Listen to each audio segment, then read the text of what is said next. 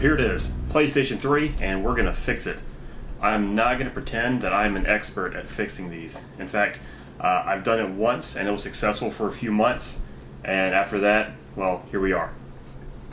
So, I don't recommend doing this if this is your only PlayStation. To be honest, I really didn't want to do it to this one, but I needed to get my saves off of it.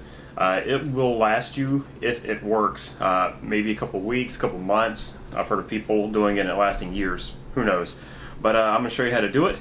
And this is just one method. It's not a very technical method. It's actually a very backwoods, backyard method to do it. And it worked for me for a little bit, so let's get to it. So the first thing you want to do is, there's a cover here. You'll remove this little foot with your fingers, hopefully, possibly, with a screwdriver. And I think that they're pretty good.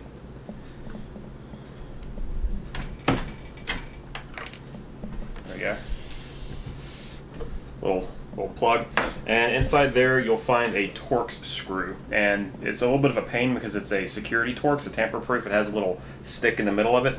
I've already removed that one. In fact, I removed it when I repaired this the first time, and I didn't put it back because why would you? Then this cover slides off. Now I'm doing this from memory. I haven't looked at any other instructions. I wanted to see if I could do it from memory. I bet I can. So, screwdriver. In fact, the only tools that I brought up with me today are some Phillips head screwdrivers and a flathead. We'll see if that was a mistake or not.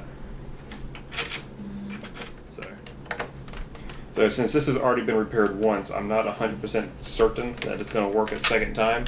But basically, it is the oven method that you may or may not have heard about.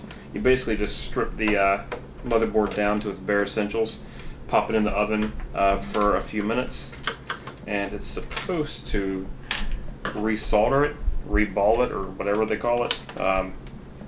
So it worked enough for me to get my saves off of it when it died, because I was not a member of PlayStation Plus yet, which I should have been. If you're not a member of PlayStation Plus, or if you're not a Xbox Live Gold member, I highly recommend you sign up, if for nothing else, the cloud saves. It definitely will save me the next time I need to save.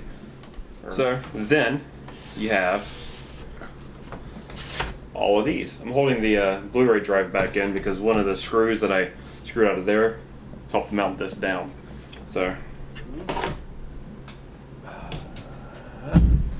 now we're left with this, and we're getting there. We are getting there.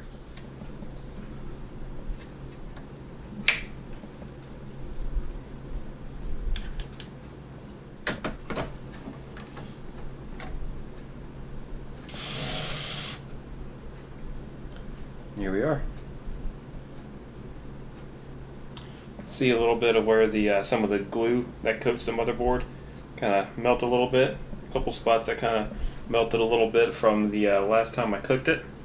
But here it is. There's some leftover thermal paste that we're going to clean up.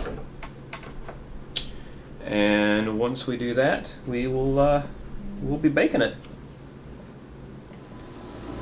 So I wiped off some of the thermal paste. A little bit of it's still there. It's not a big deal. I'm going to apply some more.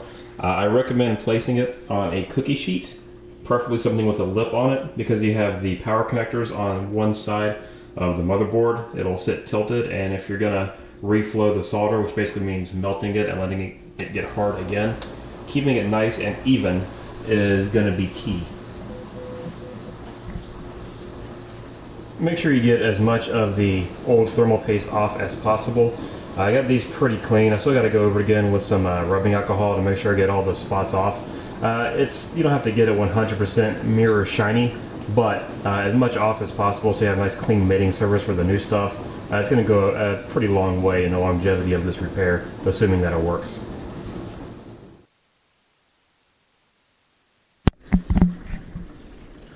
It's so nerve-wracking in there. I've already put it through one of these big heat cycles. Just waiting to hear a capacitor or something pop in there from the heat. Alright. And now, everything's nice and hot. You don't want to touch it because you don't want to mess with anything. So, I'm just going to open the door a little slowly. Get a good shot of that. Nothing smoking this time, which I don't know if that's good or not. I guess smoking would be, oh, there's a little bit, never mind, spoke too soon. So we're going to let that sit there like that for a few minutes before we handle it, just to make sure the solder dries nicely. So here it is. It is baked. You can still hear it kind of cracking a little bit as the metal cools and contracts, which probably means I shouldn't be touching it, but I'm going to anyway. Next thing I'm going to do is some off-brand, well, Insignia Best Buy brand, not sponsored. You kidding me? This show has a sponsor? Come on. But it is basically their version of Arctic 5, or Arctic Silver, or whatever the hell that thing's called. It is Arctic. I use it on my PC, and works great. Just going to do a little dollop on each one of these. There we go. A little dollop will do you over here. We're going to call that good. Everybody has their own technique for a thermal paste. Some people like to spread it out. Some people like to do an X. Some people do a little dollop on it. Some people spread thin layers on both surfaces. I just do a little bead. Figure it's good enough for my gaming PC. It's going to be good enough for a PS3. Alright, so next thing we do, pop the battery in. And this is when I hope there's no shorts in here that's going to kill me. Battery's good. Alright, let's pop this baby back in. And other way, putting it in the right way would probably be a good idea.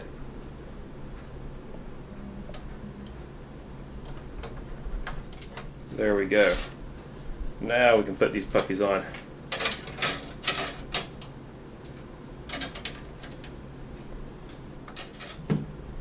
It'd be even a better something to watch if I used the right screw.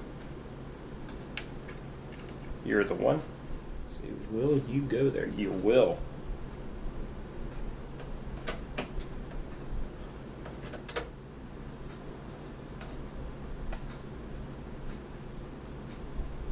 I feel as though there's something I'm missing here.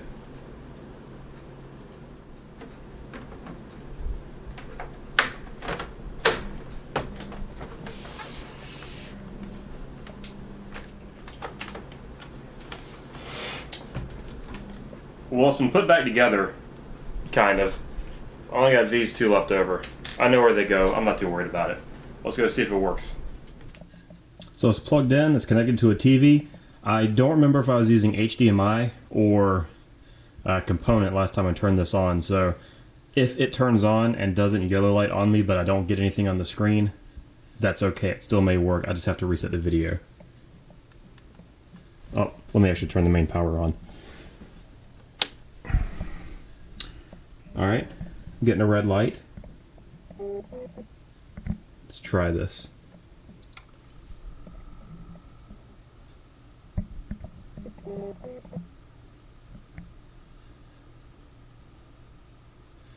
With the green staying on.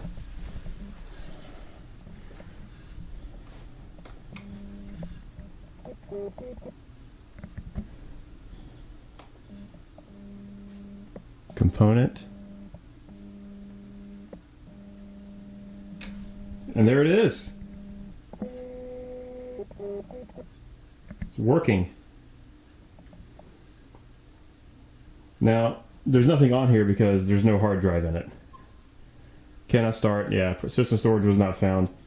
Fair enough, but it worked. So there you have it. We fixed the PlayStation 3 successfully with just a little screwdriver, a couple regular screwdrivers, some oven mitts, a little bit of time, a little bit of thermal paste. Got 2 screws left over, but it works, and at least it started up. I'm going to put a hard drive in it in just a few minutes, and if it works again, then I'll have a PS3 in the bedroom, which is fantastic.